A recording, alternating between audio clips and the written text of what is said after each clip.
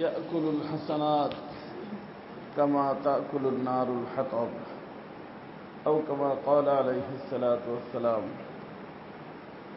محترم मुकरम भाई दोस्तों, আল্লাহ পাক আপনার আমার সকলের আল্লাহর ঘরের হাজিরিকে আল্লাহ তাআলা কবুল করবেন। আমি আপনাদেরকে যখন থেকে আসছি একটা বিষয় আপনাদেরকেও বলি, সকলকে বলি যে আপনার আমার আমলের দুইটা সাইড, একটাকে বলা হয় সিহহাত, একটাকে বলা হয় কবুলিয়ত। একটা হলো সঠিক হওয়া আর একটা হলো কবুল হওয়া। কটা জিনিস হলো? সঠিক হওয়া, কবুল হওয়া। মানুষ যদি সঠিক হয় আমলটা সঠিক, আর সঠিক আমল হইলে আমল কবুল হয়ে যায়। যেমন আমরা অ্যাপ্লিকেশন লিখি, যদি সহি হয় ভিসা লাগে, সহি না হইলে ভিসা লাগে না। তো আপনারা প্রত্যেকটার আমল প্রথম তো সহি হইতে হবে, দ্বিতীয়ত কি হইতে হবে? কবুল হইতে হবে। আর আমল যদি কবুল হয়ে যায়, ছোট্ট আমলও হয়, রাসূলুল্লাহ সাল্লাল্লাহু আলাইহি ওয়াসাল্লাম বলেন ওই আমলের জাযা হলো জান্নাত। অর্থাৎ দুই রাকাত যদি কবুল হয়ে যায়, কয় রাকাত? জান্নাত। 10 টাকা আল্লাহর রাস্তায় দিছি, 1 লক্ষ দিছি, কবুল হয়েছে কোনটা? 10 টাকা, জান্নাত। কত চিন্তা করছি, একটা চিন্তা কবুল হয়ে গেছে, কি পাবো? জান্নাত পাবো। তো কবুলিয়ত অনেক বড় জিনিস। এই জন্য আমল সহি হওয়ার চেষ্টাও করতে হবে, কবুল হওয়ার চেষ্টাও করতে হবে। তো আমলটা আমার ভাই দোস্ত কবুল হয় ওই ব্যক্তির আমল যেই ব্যক্তি সহি মানুষ। কি মানুষ? সুস্থ মানুষ। কি মানুষ? এই জন্য বলি না আমি যে অসুস্থ মানুষের অসুস্থ কথা, সুস্থ মানুষের সুস্থ কথা। তো আমাদের সাবজেক্ট যেটা, এটা দুনিয়া না, আমাদের সাবজেক্টটাই হলো আখিরাত। কারণ আপনার আমার আমল কবুল যদি হয় তো আখিরাতে আমরা জান্নাত পাব, আর কবুল না হইলে নাউযুবিল্লাহ মিন যালিক জাহান্নাম। এই জন্য আমাদের আলোচনা এ টু জেড দুনিয়ার কোনো নিয়তে না বসা, আখিরাতের নিয়তে বসা। আমরা স্বাস্থ্য কিভাবে ভালো হবে এটা বলি না, মানুষ কিভাবে ভালো হবে এটা বলি।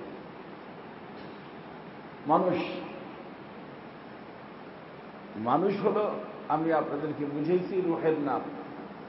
কিসের নাম? আর এই যে দেহ, এটা মানুষের দেহ, মানুষ না। মানুষ অদৃশ্য। তো এই মানুষটা সুস্থ হওয়ার জন্য আমি বলছি 10 প্রকার রোগ থেকে মুক্ত হইতে হয়। কয় প্রকার? আলেম হোক, হাজী সাহেব হোক, গাজী সাহেব হোক, এমপি হোক, মন্ত্রী হোক, মিনিস্টার হোক, ইমাম সাহেব হোক, কোন পীর সাহেব হোক, কয় প্রকার রোগ থেকে মুক্ত হইতে হবে? 10 প্রকার রোগের 2 প্রকার রোগের আলোচনা আমি আপনাদের এখানে করছি। আর আমি বলছি রোগের উৎস হলো 2টা, একটা হলো নফস, একটা হলো শয়তান। কয়টা হলো? নফসের কারণে যে রোগগুলো হয়, ওই রোগটা শুধু রোগী, গুনাহ হয়। কি হয়? কিন্তু আমি বলছি শয়তানি রোগে যদি কোনো ব্যক্তি ধরে, শয়তান ভাইরাস, ওইটার কারণে যদি কোনো ব্যক্তি রোগী হয়, শুধু গুনাহই হয় না, বরং নেকি হয়তো নষ্ট হয়ে যায়, অথবা নষ্ট তো হয় না, আমার অ্যাকাউন্টের নেকি অন্যের অ্যাকাউন্টে চলে যায়। গত মাসে আমি বলছিলাম, মনে আছে, যারা বসেন নিয়মিত, মনে আছে না? তো গত মাসে যে রোগটার আলোচনা করেছিলাম, গীবত, কিসের আলোচনা করেছিলাম? গীবত যদি কোনো ব্যক্তি করে, নেকি নষ্ট হয়ে যায় না, নেকি নেকিই থাকে, কিন্তু নিজের অ্যাকাউন্টে থাকে না। যেই ব্যক্তির গীবত করলাম সেই ব্যক্তির অ্যাকাউন্টে চলে যায়। এই যে মানুষে মানহানির কেস করে না, যে আমাকে এত টাকা দিতে হবে, কারণ সে আমার কি করছে, ইজ্জত হানি করছে। তো আল্লাহ পাক এখানে গীবত করলে আল্লাহর বান্দার, আল্লাহ অসন্তুষ্ট হন। আল্লাহ ফেরেশতাদেরকে অর্ডার দেন যে ওর আমল নামায় ও যত নেকি কামাইছে সব নেকি ওই আমার যেই বান্দার গীবত করলো সে তো শোনে নাই, কিন্তু আমি তো শুনছি যে আমার বান্দার কি করছে, গীবত করছে, তারে দিয়ে দেব। কথা বুঝছেন? নেকি কামাই করলাম আমি, ভোগ করলো আর একজন, কি গুনার কারণে? গীবতের কারণে। আমি বলছিলাম যে গীবত বর্তমানে আমাদের সমাজে সব তবকার মানুষ করে। এখন এই যে নির্বাচন আসতেছে, মসজিদের ভিতরে বসে বসে দেখবেন খামাখা গীবত। একজন ক্যান্ডিডেট হয়েছে, জানি না জানি কত কথা তার ব্যাপারে বলবো, অথচ জানাও নাই, কিছুই নাই, খামাখা। হইতে পারে মিথ্যা কথা, আর যদি সত্যি কথাও হয় তাহলে কি হয়, গীবত হয়। আর সত্যি কথা না হইলে অপবাদ হয়, বহতান। কথা বুঝছেন? এই জন্য আমার ভাই দোস্ত, গত মাসে আমার আলোচনা ছিল গীবত সম্পর্কে। আজকে আর একটা রুহানি রোগের কথা বলবো। বলছিলাম যে 10টা রোগের কথা আলোচনা আমি করব ধারাবাহিকভাবে। প্রথম বলছি অহংকার, দ্বিতীয় নম্বর বলছি গীবত, তৃতীয় নম্বর এটার নাম হলো হিংসা, পরশ্রীর কাতরতা, হিংসা। এই রোগও বর্তমানে আমাদের অধিকাংশ মানুষের মধ্যে, বুঝছেন? তো আল্লাহ রাসূল সাল্লাল্লাহু আলাইহি ওয়াসাল্লাম বলেন, হিংসার অর্থ হলো যে কোনো ব্যক্তিকে আল্লাহ পাক কোনো নেয়ামত দান করছেন, আপনি চাইলেন যে এই নেয়ামতটা তার না থাইকা আমার হোক। ইজ্জত পাইছে, এখন তার ইজ্জত খতম হইয়া আমি ইজ্জতওয়ালা হয়ে যাই। তার মাল আছে, মাল তারটা না থাইকা আমার হয়ে যাক, বুঝলেন? নেই, দুনিয়ার যে কোনো নেয়ামত কোনো ব্যক্তি পাইছে, ওই নেয়ামত পাওয়ার কারণে আমার ভিতরে একটা জ্বলন সৃষ্টি হয়েছে, এই লোকটা এটা কেন পাই, হওয়া দরকার আমার, পাওয়া দরকার আমার। এই যে একটা চিন্তার ফিকির, এটার নাম হাদিস শরীফে হাসাদ। কি নাম? হাসাদ, হিংসা, নাজায়েজ এবং হারাম। এটা একটা রুহানি রোগ। আল্লাহ রাসূল বলেন হাসাদ হলো একটা আগুন। কি? ওই যে বলছি কিছু গুনাহ এমন আছে না, শয়তানি গুনাহ নেকিকে খতম করে দেয় অথবা ট্রান্সফার করে দেয়। তো এইটা নেকিকে খতম করে দেয়। যেই ব্যক্তির উপরে হাসাদ করলাম তার আমল নামে যাবে না। আল্লাহ রাসূল বলেন ইন্নাল হাসাদ ইয়াকুলুল হাসানাত, হিংসায় মানুষের নেকিকে খেয়ে ফেলে। কি করে ফেলে? খেয়ে ফেলে। কেমন? কামা তাকুলুন নারুল হাতব। হাতব মানে লাকড়ি। এটা লাকড়িতে আপনি আগুন ধরায় দিলেন, তো পুড়তে পুড়তে পুড়তে পুড়তে শেষ মাথা মতো যাবে না? যাওয়ার পরে সেই লাকড়ির অস্তিত্ব থাকবে? কি হয়ে যাবে? ছাই হয়ে যাবে। ছাই হয়ে যাবে না? রাসূল বলেন যে হিংসা করলে এমনিভাবে লাকড়িকে যেরকম আগুনে খেয়ে ফেলে, এই হিংসায় মানুষের নেকি খেয়ে ফেলে। তার অর্থ নেকি স্টকের ভিতরে কি ধরে যায়? আগুন ধরে যায়। কিসের কারণে? হিংসার কারণে। হিংসা একটা আগুন যেহেতু, এই জন্য হিংসুকের আরাম হারাম হয়ে যায়, ঘুম আসে না, এবিট ওবিট হইতে থাকে।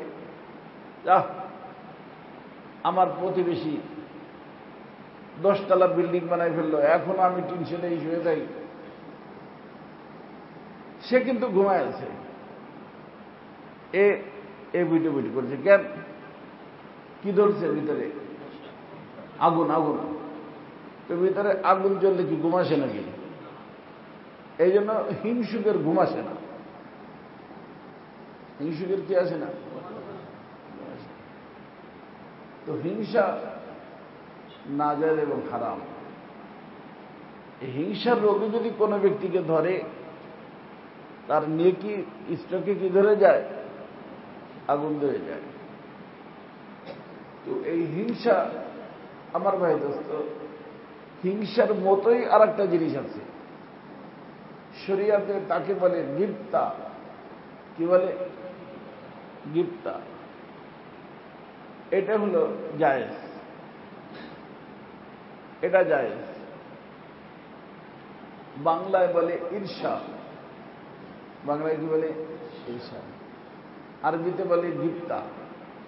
তার অর্থ হলো যে একজনের দোকান মাশাআল্লাহ গেছেন আপনি, অনেক রাত, খুব বেচা কেনা হইতেছে মাশাআল্লাহ, আপনি মনে মনে দোয়া করলেন যে আল্লাহ, এই ভাইকে যেরকম তুমি দিছ, কত লোক আসতেছে, বেচা কেনা হইতেছে, তুমি তো আমাকেও দিতে পারো, আল্লাহ তুমি মেহরবানি করে আমাকেও দিয়ে দাও, সেও তোমার বান্দা, আমিও তোমার বান্দা, আমাকে দিয়ে দাও। তারটা খতম হোক এটা না, তারটা তার জন্য মোবারক, তোমার খাজানে তো অভাব নাই, তুমি আমাকেও দিয়ে দাও। তো এইভাবে ভাইয়ের কোন নেয়ামতকে দেখা ওই নেয়ামত তার নিকটে থাকুক, কিন্তু আমাকেও আল্লাহ দিতে পারেন, আল্লাহর নিকটে দোয়া করা, এটা সুন্নতে আম্বিয়া, সুন্নতে নবীদের সুন্নত। আপনারা জানেন কোরআনে কারীমের ভিতরে আসছে না হযরতে মারিয়াম আলাইহিস সালামের ঘটনা। মারিয়াম আলাইহিস সালামের আম্মু ইমরাতে ইমরান, উনি একবার, আমরা যেরকম অনেকে এসে দোয়া করতে, হযরত দোয়া করেন আল্লাহ যেন আমার একটা ছেলে সন্তান দেয়, আমি কোরআনে কারীমের হাফেজ বানাবো, বলে না, মাদ্রাসায় পড়াবো, বলে না এরকম। তো হযরতে মারিয়াম আলাইহিস সালামের যে আম্মা ইমরাতে ইমরান, উনি আল্লাহর নিকট দোয়া করলেন যে আল্লাহ, ইন্নী নাযারতু লাকা মা ফি বাতনি মুহাররারা, আল্লাহ যদি আপনি আমার পেটে যে সন্তান আছে এটা সুস্থ দান করেন, তাহলে আমি বাইতুল্লাহর খেদমতের জন্য দিয়ে দেব। খ্রিস্ট ধর্ম ছিল, আর খ্রিস্ট ধর্মের ভিতরে রাহেব বানানো, কি বানানো? রাহেব, বাইতুল্লাহর খেদমতের জন্য দিয়ে দিবে। তারা বিবাহ শাদী করতো না, এরকমই হইত, যেটা বর্তমানে আছে।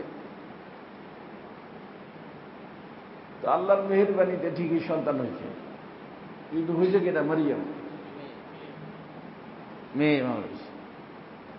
তো মেয়ে দেখা মাত্রই উনি বললেন রব্বি ইন্নী ওয়াদাতুহা উনসা, আল্লাহ আমি প্রসব করলাম, কিন্তু মেয়ে মানুষ, তোমার না বলছিলাম যে আমি কি করব? বাইতুল্লাহর খেদমতের জন্য দিব। মেয়ে মানুষ তার খেদমত করতে পারবে না। আমার মতলব তুমি বুঝো যে আমি কি চাইছিলাম তোমার নিকটে, ছেলে সন্তান, হয়েছে কি? মেয়ে সন্তান। আল্লাহ বললেন যে আরে খামোশ থাকো, সব ছেলে সব মেয়ের থেকে ভালো না, আর সব মেয়ে সব ছেলে থেকে খারাপ না, অনেক মেয়ে আছে অনেক ছেলে থেকে ভালো, বুঝতে পারছে না? তো তোমার মেয়ের দ্বারা আমি কি করবো তা তো আমি জানি, বাস তুমি তোমার কাজ করো। কিন্তু যেহেতু উনি কি করছেন, মান্নত মানছেন, তো মেয়েটাকে নিয়ে বাইতুল মুকাদ্দাস তখন ছিল, উনি বাইতুল মুকাদ্দাসের আশেপাশে থাকতেন। আমাদের অধিকাংশ নবীদের কিবলা, আমাদের রাসূল অনেক দিন পর্যন্ত বাইতুল মুকাদ্দাস থেকে নামাজ পড়ছেন, আপনারা জানেন। قد نرى تقلب وجهك في السماء فلنولينك قبلة ترضاها, যারা হজে গেছেন, উমরায় গেছেন, মসজিদের কিবলা টাইম দেখছেন, আল্লাহ রাসূল সাল্লাল্লাহু আলাইহি ওয়াসাল্লাম ওইদিকে ফিরে নামাজ পড়তেন আগে, পরে বাইতুল্লাহ শরীফ কিবলা হয়ে গেছে। তো এই প্রথম কিবলা আল্লাহ তাআলা আমাদের বাইতুল মুকাদ্দাসকে আল্লাহ তাআলা মুসলমানদের হাতে আল্লাহ তাআলা ফেটিয়ে দেন, এদের কবজার থেকে আল্লাহ হেফাজত করেন। তো আগের জমানায় একাধিক আম্বিয়া হইত একই সময়, কওমি নবী হইত, বিভিন্ন কওমের বিভিন্ন নবী, একাধিক নবী একই সময়। উনি মারিয়াম আলাইহিস সালামকে নিয়ে বাইতুল মুকাদ্দাসে গেছেন। তখন এক তো ছোট, আবার মেয়ে মানুষ, তো একজনের জিম্মায় দিতে হবে না, তো কার জিম্মায় দিবে? ইমাম সাহেবের জিম্মায়। তো ওই সময় ইমাম সাহেব যিনি ছিলেন, অনেক মসজিদে ছিল না একাধিক ইমাম, কয়েকজন ইমাম ছিলেন, সবাই চাইতেছিলেন যার ঘরেই, যেই মহিলার ঘরে, যেই পুরুষের সে আল্লাহ পাক কোন নবী দান করছেন, তারা অনেক সুন্দর হইল, আকর্ষণীয় হইল। তো মারিয়ামের থেকে আল্লাহ কারে পয়দা করবেন? ঈসা আলাইহিস সালাম পয়দা করবেন। ছোটবেলার থেকেই অনেক যে দেখতে মায়া করত। তো নেয়া মাত্রই সব ইমামরা কি বলতেছে, এর দেখাশোনার দায়িত্ব আমাকে দেওয়া হোক। তো আগের জামানায় লটারি ছিল, লটারি, তখন লটারি দেওয়া হতো। আর এই জাকারিয়া আলাইহিস সালাম যিনি, জাকারিয়া, উনিও নবী এবং বাইতুল মুকাদ্দাসের ইমাম, উনিও চান, কিন্তু ওনার একটা অগ্রাধিকার ছিল, সেটা হলো যে মারিয়াম আলাইহিস সালামের খালু হইতেন। কি হইতেন? ইমাম সাহেব, নবী, আবার কি খালু। তো সেই হিসেবে আত্মীয়, সে হকদার বেশি, কিন্তু লটারি দিল। তো মাশাআল্লাহ লটারিতে নাম জাকারিয়া আলাইহিস সালামের আসবে। অর্থাৎ দেখাশোনার দায়িত্ব কার? জাকারিয়া আলাইহিস সালাম। জাকারিয়া আলাইহিস সালাম নবী ছিলেন, ওনার তখন মাশাআল্লাহ বয়স 120 বছর, ওনার বিবির বয়স 100 বছর, কিন্তু আল্লাহ কোনো সন্তান দেন নাই। সন্তান কে দেন? না বাবারে দেয়? কে দেয়? কার কাছে চাইতে হবে? আল্লাহ নিকটে। সন্তান এটা কোনো পাওনা না, এটা হলো দান। এটা হলো কে দান করেন? আল্লাহ। কোরআন কারীমের ভিতরে আসছে ইয়াহাবু লিমান ইয়াশাউ ইনাসা, আল্লাহ যাকে চান মেয়ে দেন, দান করেন। ওয়া ইয়াহাবু লিমান ইয়াশাউ যুকুর, আর যাকে চান ছেলে দান করেন, যাকে চান মেয়ে, যাকে চান ছেলে। এই জন্য মুফাসসিরিন কেরাম লিখছেন, তাফসীর ইবনে কাসীরের ভিতরে আছে যে এখানে 4 সূরত। তো প্রথম সূরত হলো আল্লাহ বলছেন কি মেয়ে দেন, কি দেন? মেয়ে দেন। তাফসীরে ইবনে কাসীরের ভিতরে আসছে আল্লাহ যেহেতু মেয়ে দিয়ে শুরু করছেন, অর্থাৎ কোনো ব্যক্তির ঘরে যদি সর্বপ্রথম মেয়ে জন্মগ্রহণ করে তাহলে বুঝতে হবে যে ওই মহিলা বরকতওয়ালা মহিলা। বুঝে আসছে না? শোনেন, বরকত কেন তাও বলে দিই। আল্লাহ রসুল সাল্লাল্লাহু আলাইহি ওয়াসাল্লামের নসল এই পর্যন্ত আছে না? ছেলের দ্বারা আছে না মেয়ের দ্বারা আছে? এই জন্য মেয়ে কারো ঘরে আসলে আল্লাহ রসুল নানা হয়েছেন, দাদা হন নাই। তো আল্লাহ রসুলের এই সুন্নত আদায় কিসের দ্বারা? মেয়ের দ্বারা না ছেলের দ্বারা? অতএব আপনি যদি মেয়ে আসে চিন্তা করবেন যে আলহামদুলিল্লাহ আমার রসুল নানা হয়েছেন, এই মেয়ের দ্বারা আল্লাহ পাক আমাকে নানা বানাবেন, আমার রসুলের এই সুন্নত আমার দ্বারা আদায় হবে। নম্বর 1। নম্বর 2, দাদা হইতে একটু সময় লাগে, নানা হইতে বেশি সময় লাগে, কম লাগে। দেখা যায় এখন তো যে শয়তানরা খামাখা 18 বছরের আগে পার্কের ভিতরে বসে বসে ছেলেরা মেয়েরা গল্প করলে কোনো ক্ষতি নাই, পুলিশ পাশে বসে থাকে। বুঝেন নাই? শয়তানি করলে কোনো ক্ষতি নেই। হালাল না হারাম? হারাম করলে ক্ষতি নাই, হালাল করলে কি হবে? অবৈধ। হালাল করলে ছেলে মেয়ে বিয়ে করে দিলেন, বালেগ হওয়ার পরে বাবা মার দায়িত্ব হয়ে যায় ছেলে মেয়েকে বিবাহ শাদী করায় দেওয়া। সমর্থ থাকলে কি করবে? বিবাহ শাদী করায় দিবে। আর যদি না করায়, তারা যদি গুনাহ করে, সেই গুনার হিস্সা বাবা মার আমল নামায় আসবে। কথা বুঝছেন? এখন কি করা? সরকারের কানুন বানাই দিয়েছে, কয়দিন? 18 বছর হইতে হবে। 18 বছর আগে যে আল্লাহ নাফরমানি করতেছে ওটা অন্যায় না। এই জন্য আমার পীর মুর্শিদ কুতুবুল আলম আরিফ বিল্লাহ হযরত মাওলানা শাহ হাকিম আখতার সাহেব রহমতুল্লাহ আলাইহি লন্ডন গেছেন সফর করতে। ওখান থেকে এসে বলতেছিলেন যে ভাই, রোডে যদি কেউ পেশাব করে কি করে? পুলিশে ধরে নিয়ে যায়। আর রোডের ভিতরে যদি কোনো মানুষ জিনা করে, কোনো কি নাই? হ্যাঁ, তাদেরকে যদি নিষেধ করি, যেহেতু তারা দুজন ছেলে মেয়ে দোনোজন স্বেচ্ছায় করতেছে, তাহলে মানব অধিকার কি করা হয়? এরা তাদের অধিকার, এরা তাদের কি? আর পেশাব করলে পুলিশে জরিমানা লাগিয়ে দিবে। জিনা করলে কি নাই? কোনো ক্ষতি নাই। হালাল ভাবে ছেলে মেয়ের বিয়ে করাইছে বাবা মা, ধরে নিয়ে যায়, বাল্য বিবাহ। পার্কের ভিতরে শয়তানি করতেছে, পুলিশের পাশে বসে, কোনো কি নাই? কানুন নাই। কারণ আছে? সব পার্কে কত শয়তানি হয়। বুঝলেন এই কথাটা? শুধুমাত্র আল্লাহর দ্বীন না থাকার কারণে। আমরা যেহেতু ইহুদ নাসারার অনুসরণ করতেছি দেশ চালানোর ব্যাপারে সব জায়গায়, এই কারণে আল্লাহর এই নাফরমানিগুলো হইতেছে। আর একটার পরে গজব, একটার পর গজব, গজব গজব আসতেছে। তো আল্লাহকে অসন্তুষ্ট করলে কি রহমত আসবে না গজব আসবে? এই গজব আসতেছে। আল্লাহরে খুশি করি, আল্লাহর রহমত আসবে, আল্লাহ রহমত আসবে। তো যাই হোক আমার ভাই দোস্ত, হযরত মারিয়াম আলাইহিস সালাতু ওয়াস সালামকে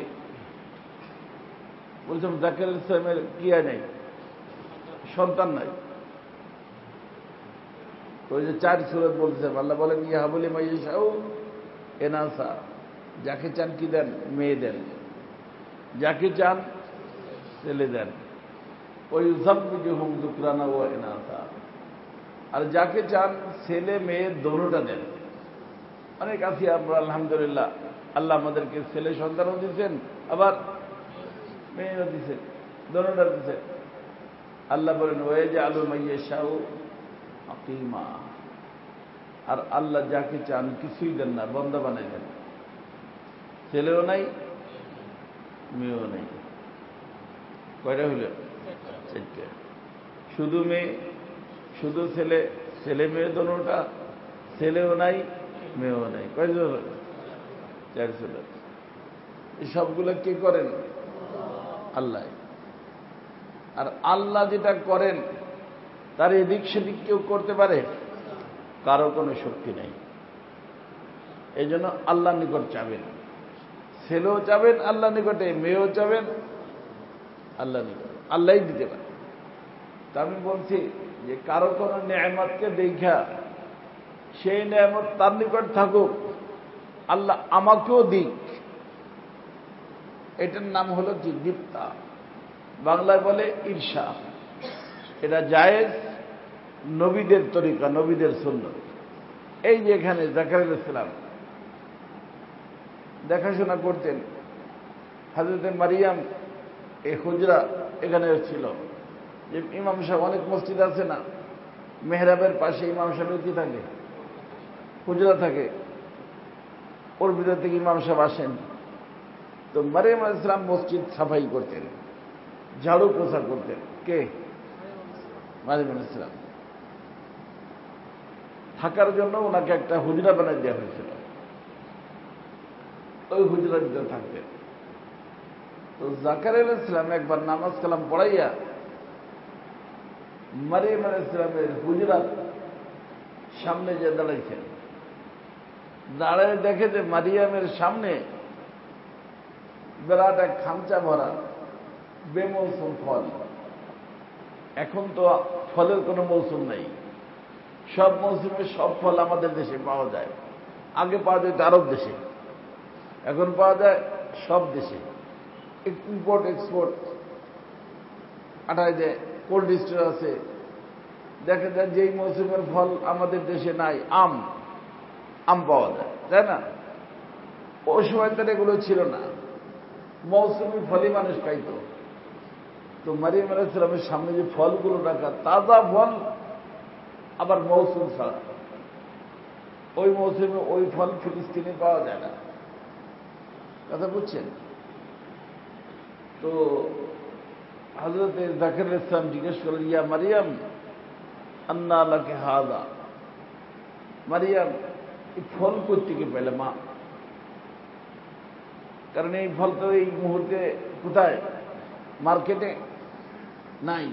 তুমি কোথায় পেলে? তুমি তো এখানে হুজুরের ভিতর থাকো, তোমাকে ব্যবস্থা করলে তো আমিই করবো, দেখাশোনা আমি করি।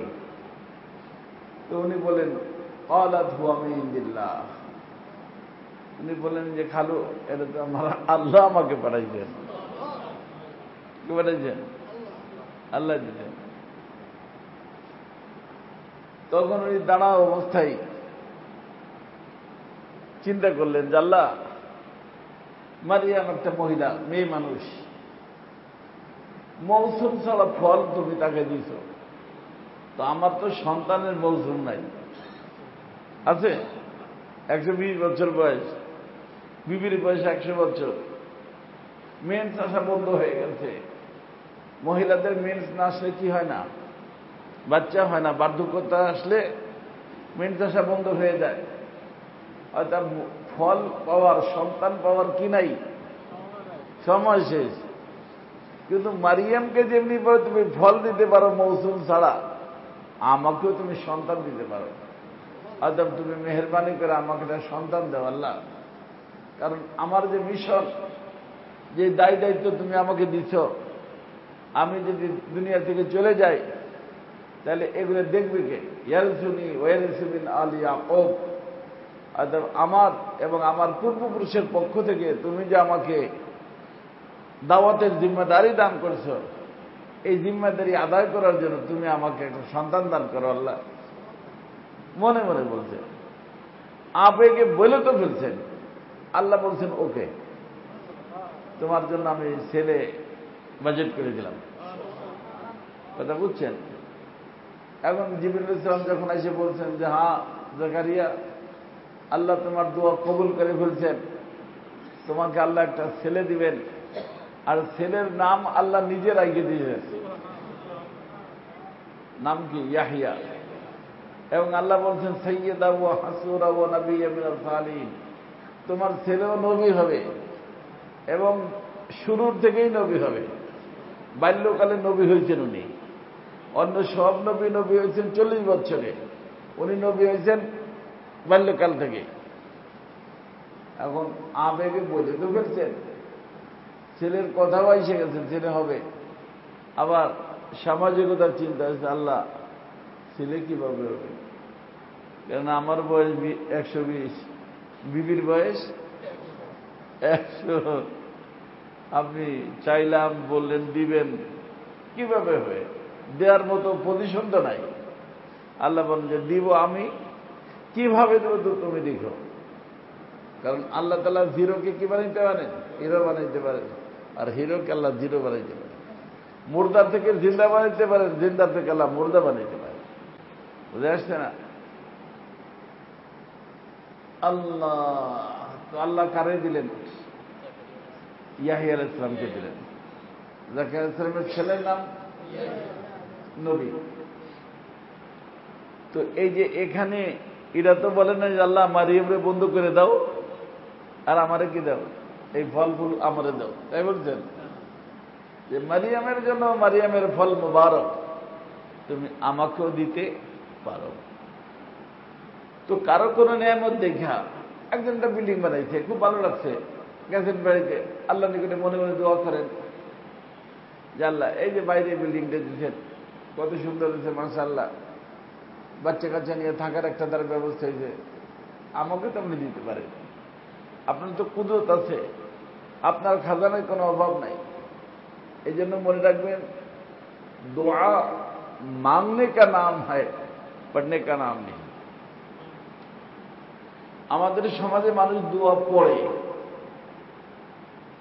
দোয়া পড়ে। আল্লাহ বলেছেন উদউনি আস্তাজিব লাকুম, আমার নিকট দোয়া করো, আমি তোমার দোয়া কবুল করব। এই জন্য দোয়া করতে কোনো বখিলি করবেন না, যা মন চায়। আল্লাহর কোনো ভাষার দরকার নাই, আল্লাহ দিলের অবস্থা দেখেন। চাইতে হবে কি দিয়া? দিল দিয়া। কথা বুঝছেন? আমরা দোয়া পড়ি, এর রব্বানা যালামনা আনফুসানা ওয়া ইল্লাম তাগফির লানা বিরহমাতিকা ইয়া আরহামার রাহিমিন। আরে ভাই, দোয়া চাও, দোয়া হলো চাওয়ার নাম, পড়ার নাম না। আজকে আমরা অধিকাংশ মানুষ দোয়া পড়ি, চাই না। চাওয়া হলো কিসের থেকে হয়? দিলের থেকে হয়। এই জন্য আল্লাহ রাসূল বলছেন, গাফিল দিলের দোয়া আল্লাহ কবুল করেন না। তার অর্থ মুখে দোয়া কিন্তু দিলে নাই, দিল আর একখানে।